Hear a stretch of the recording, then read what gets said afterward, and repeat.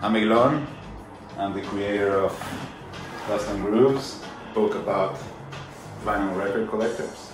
And I'm here at my house with Raven, my friend. Hey! Hi. And so I guess some people know about this book. And I'm here to introduce you to my latest work. It's called Stompbox, and this big thing that you're seeing here is actually a box set of 2 books. And it's called The Brick because it weighs like a brick. Anyway, so let's see, 6 years ago I released Dust and Grooves. I documented record collectors all over the world, and I can show you some of the stuff here. You want to come in? Okay. Yeah. So I did this book, released it 6 years ago, and it was really successful. I traveled the world photographing. Oh, by the way, there's a story behind this one. I'll tell it to you in a minute, but it's dedicated to Jimmy Page. Ah! Oh, but it's still here in the house. Yeah, what's the story behind that? Okay, so I wanted to give this to Jimmy Page, Right. so he participates in this book. Ah, perfect. But it didn't happen. Oh no. Not with this one. So, but still Jimmy's private copy. There you go, Jimmy. All right, so Get at us. back to Dust and Grooves. It was released in 2014, and now it's in its 3rd edition. It sold quite a bit of copies, and it's basically me going around the world, photographing and interviewing record collectors, and it really helped, with this, with the sales of the book and the popularity of it. But also, it's just because it's a really good book. It's a really nice art book. Yeah, it's gorgeous. But that's enough compliment to me. And then, yeah, so what happened here is I photographed over 130 collectors from all over the world, and basically kind of like revealing an entire community. And that process, of tapping into the community, bringing them all, putting them all, in one volume, inspired me to my next project. I was done with this book, did well, and then, all right, what am I doing now? So I was kind of like thinking, okay, I still want to do stuff, still want to do photography, I still want to do stuff that is connected to music, it's music-based. And I wanted to also create within a community. And all these factors kind of made me think, okay, what was it, what kind of book hasn't been done yet? And back then, 4 years ago, I was thinking about this with asking some friends, and just doing some research. And I realized that, guitar pedals are kind of almost kind of like the hidden or the secret weapon of guitarists. But not a lot of people know about them, or not a lot of people know about all the details and the tweaks and the design and the visuals of it and the sound of it. And there were books, and there are still books out there that are very informative, but there are no visual books, no art books that are tackling that subject. And that's when I thought about, that's when the idea came about. Why it took me 4 years, and what was the process? So the first idea was, okay, let's go and try and find a few guitarists. I was using a few of my connections from Dust and Grooves to get into into that world, and I made a dummy book, and actually I have it here. Okay, let's go. Come down to my This is where all the magic happens, guys. Yes. But in addition to this, So. do you mind if I do a quick pan? Oh yeah. Oh. It's my humble record collection that I don't show anyone. Okay, well now we're all seeing. Because it's humble. We're seeing and judging. Okay, Stompbox the book. Let's. Okay, Yeah. so the first idea was to do just a dummy and try with that dummy to sell it forward, like sell it onwards, and try to get like more people, more artists to participate. And the big difference between Dust and Grooves and Stompbox was that Dust and Grooves was just like, people, some famous collectors, some famous DJs, but mostly, I say, regular people. Right. But with Stompbox, my decision was, okay, I need to get 100 guitarists as famous as possible, and ask them what is their favorite pedal.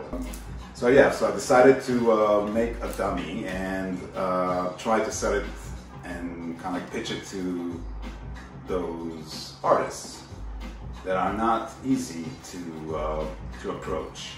And I started with good connections that I had from Dust and Grooves, and I was able to reach Tom Morello and Dean DeLeo, and they both were excited about this project and immediately agreed to participate.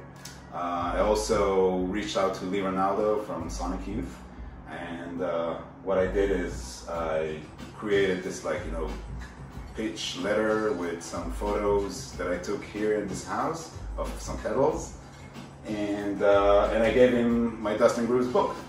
And I just went to see him after a show here in Brooklyn, and he said, "Thank you, I'll consider it."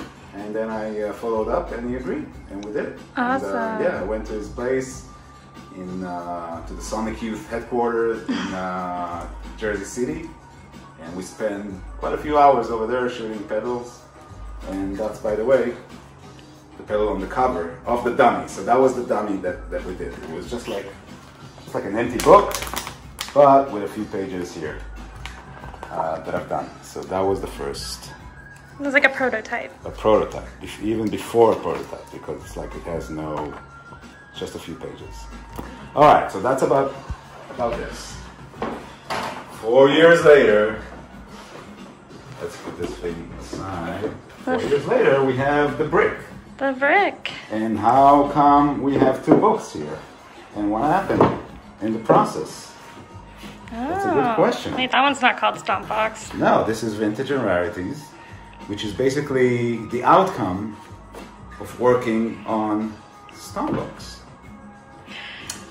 And this is the final book. This is the actual book. It's the first copy that I got in the mail from the printers. Alright, we're zooming in a little so we can see the detail here. Okay. Look at this cover, it's so cool. Yeah, so this is still the same cover from the dummy. And the title changed and became 100 Pedals of the World's Greatest Guitarists.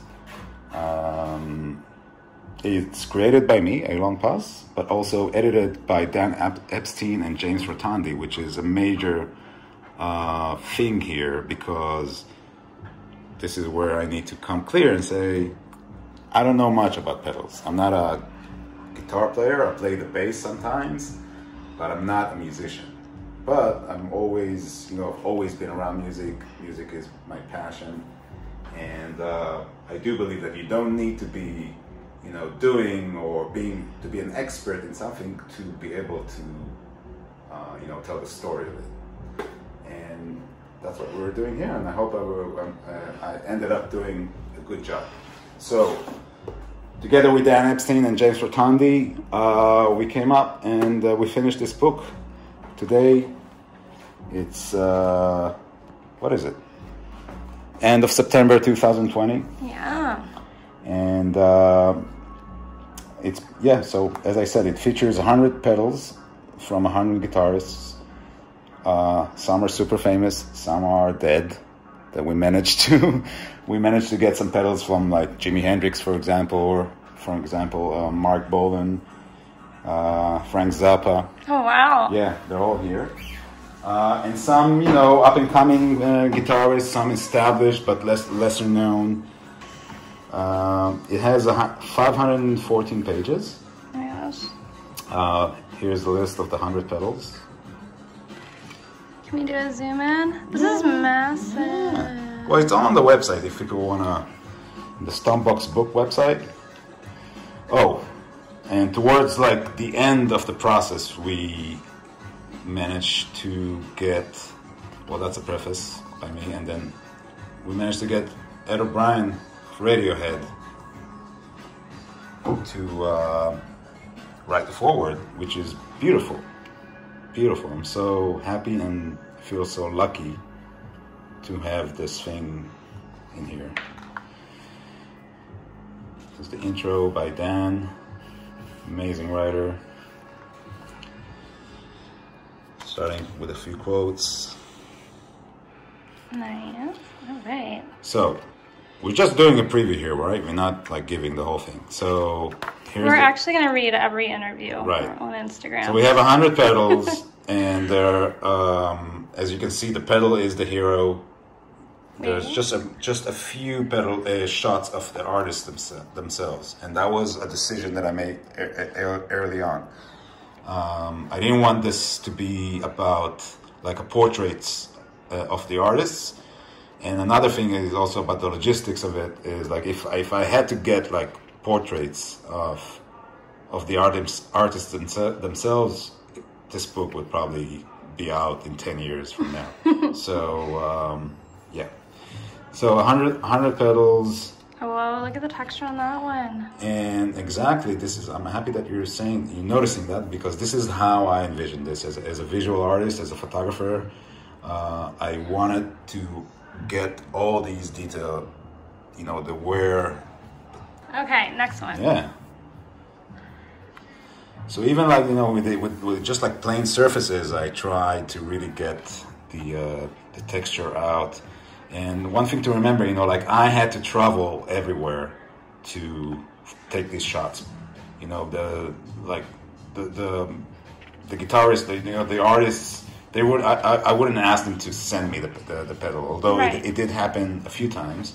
But in most cases, this is me traveling to their place, wherever it is. Could be in Japan, could be in Europe, East Coast, West Coast. Yeah, I mean, these are like the pedals they actually use. Yeah. I mean, their favorite pedals. It's crazy that any of them sent them to you at all.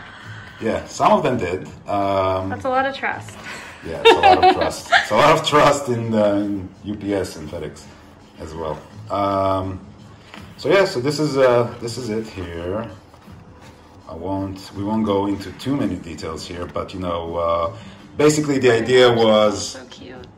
This is like custom artwork by Mark Bowen from Idols. Big box from Uriah Heep, who gave us one of the best quotes in the book. That was a great quote. Yeah.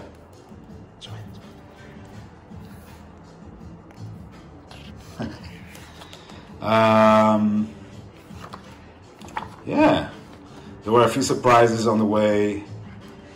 Oh, by the way, check this out. You're talking about like, if I had to like, the way I visualize this book is exactly like this. John Dwyer from the OCs, his pedal. Like he told me, I went to the show in Brooklyn and he just let me go on stage before the show, pick up the pedal myself and shoot it. And it was just like a pile of pedals. It wasn't even a pedal board. And it was pretty funny, just like to see how, how they work and how each artist approach their craftsmanship, and their gear. Yeah, okay. So, 100 pedals, that's it. Many great names. Some guitarists that are not known as guitarists, for example, Jim Jarmusch, one of my favorite directors. So, yeah, I learned during the work of this on this book. I learned that he's, actually doing awesome music, very, atmospheric scoring, and he also gave us a really good quote.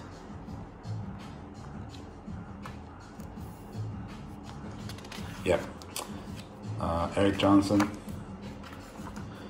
All right, See, we can't continue. So after, well, so beyond the 100 pedals and the 100 interviews, we also have another section, which is the features. And in the features, there are like 5 features, long features. So you can see this is like, oh, it's like a third of the pretty book, like a significant part of the book. That talk about different things, you know, like just like the history of the guitar pedal. I mean, maybe some of it is not like unique to this book, but I want to believe that it gives a different and unique approach to the subject. So we have, the heavy history of the guitar pedal, and then we did a pedal innovators roundtable where we talked to 15 pedal builders about the pedal building scene today. James Rotondi, our editor, one of our editors, wrote an entire piece about alternative use of pedals. And then Josh Scott from JHS Pedals, who became a great ally and a great friend and helped us a lot with this book. He gave us this amazing piece about the art and design of the Stompbox and the evolution of it. Mm-hmm. And then one of the first features that we actually had in the pilot book is Jay's Big Muff Museum, where we go and visit Jay's studio and his museum of Big Muffs. All right. So it's all here, very detailed, a lot of photos. Oh wait, let's just do it quick. Yeah. Actually, this is from the pedal roundtable. This is like one of the greatest shots. I love it. Yeah. Wow. Mike Matthews, you know, as the Tsar. Tsar, you said, right? Tsar? Czar? Tsar, Yes. yeah. Okay, he is the Czar. Yeah, of his own kingdom. Okay. Goals. Ant McCarry from Solar Sound. Amazing dude, super funny. He's a comedian as well. I don't know if everybody knows that. Oliver Ackerman from Death by Audio, also a really cool guy and helped us a lot as well. Yeah. James Tillman, Earthquaker Devices. All right, I'm not gonna reveal everything, right? There's too much to reveal in one Instagram video. There's an interview with Money Mark. Oh, this is a great photo. Yeah, great shot. No swimming or playing. Yeah. Okay. So, and this is the Seeing Sound feature by, where it starts here, by Josh Scott, where he kind of like gives us a history of the design. So I have a question for you. Yeah. To your knowledge, is this the only book out there that treats the pedal kind of as an object of art? Well, I don't know if it's the only one. I mean, perhaps, but I mean, I guess it's that was definitely my approach when I thought about this book. It wasn't about going into too much technical geeky details. Although they all exist here, by the way. I mean, all these details are here, but the main idea here is the personal stories from the artists, just like revealing some secrets that they have, some stories that they have from back in the days, and how they use the pedals, and why is it their favorite pedal? Because it is a tough question though. Like, okay, what's your favorite, I don't know, food to eat? Oh, well, I've got so many. Yeah. So, I think they all gave us really cool interviews, good answers, and it's all here. All right. Okay, so now we have to talk about Vintage and Rarities. Okay, What's up with that? So during my second visit to LA, I was so I had to go back and forth a few times to LA, to the West Coast in general, where apparently a lot of artists reside these days, and I get it. It's really nice there, and it's nice weather. It's a big recording studio city. Yeah, a lot of recording studios. It's just convenient there, I think. And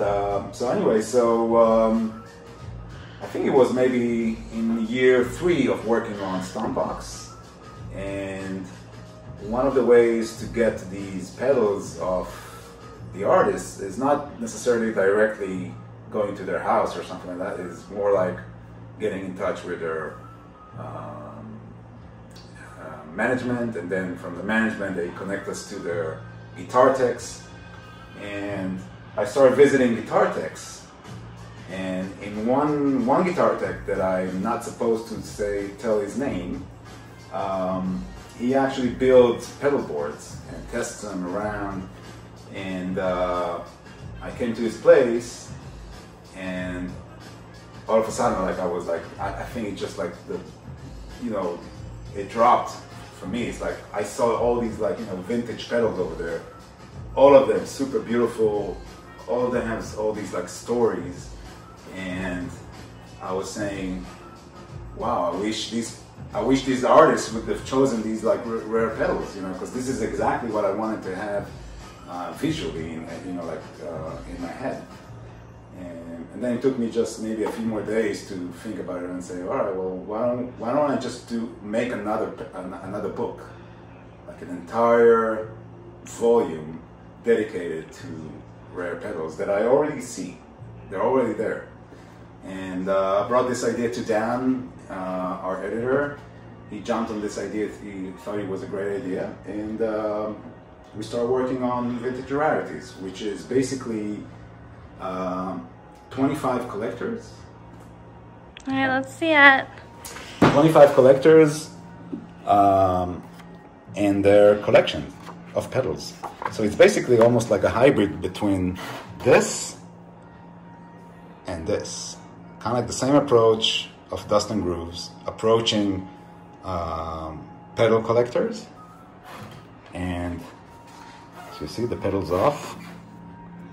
And we got like nice names here. Juan Alderete, Oliver Ackerman from Death by Audio, Mario C from the Beastie Boys, Adrian Belew, of course, who's also in Stompbox.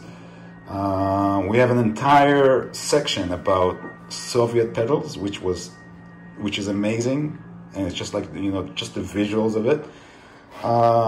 Let's see who else. I mean, so many names here. We've got an intro by Dan, of course, some quotes, starting with Oliver Ackerman. And actually, I don't want to show too much of this book, because this is a real treat. And we back to the origins of this book. So a fun fact about this one, so Stompbox took us 4 years. This one took us 6 months to do. And I think it was just the difference between working with management and publicists and famous people to people who are, which is, part of the work that needs to be done, versus working directly with people, just like, collectors and people who are into, want to show their, what they have. So it's like it was a different approach, and it was just like super quick. And while I was traveling to photograph for Stompbox, we just made arrangements with all these collectors, and we photographed this and wrote it. Dan did an amazing job writing about each pedal, and there's like 333 pedals here. So just the amount of work that was done here. They're so cool. And some of them are known, and some of them are completely unknown and completely rare. And for example, this one, the Echo, which is the kind of like the prototype of the Echoplex. Another, let's see, Soviet pedals. Look at that. An entire collection of Soviet pedals.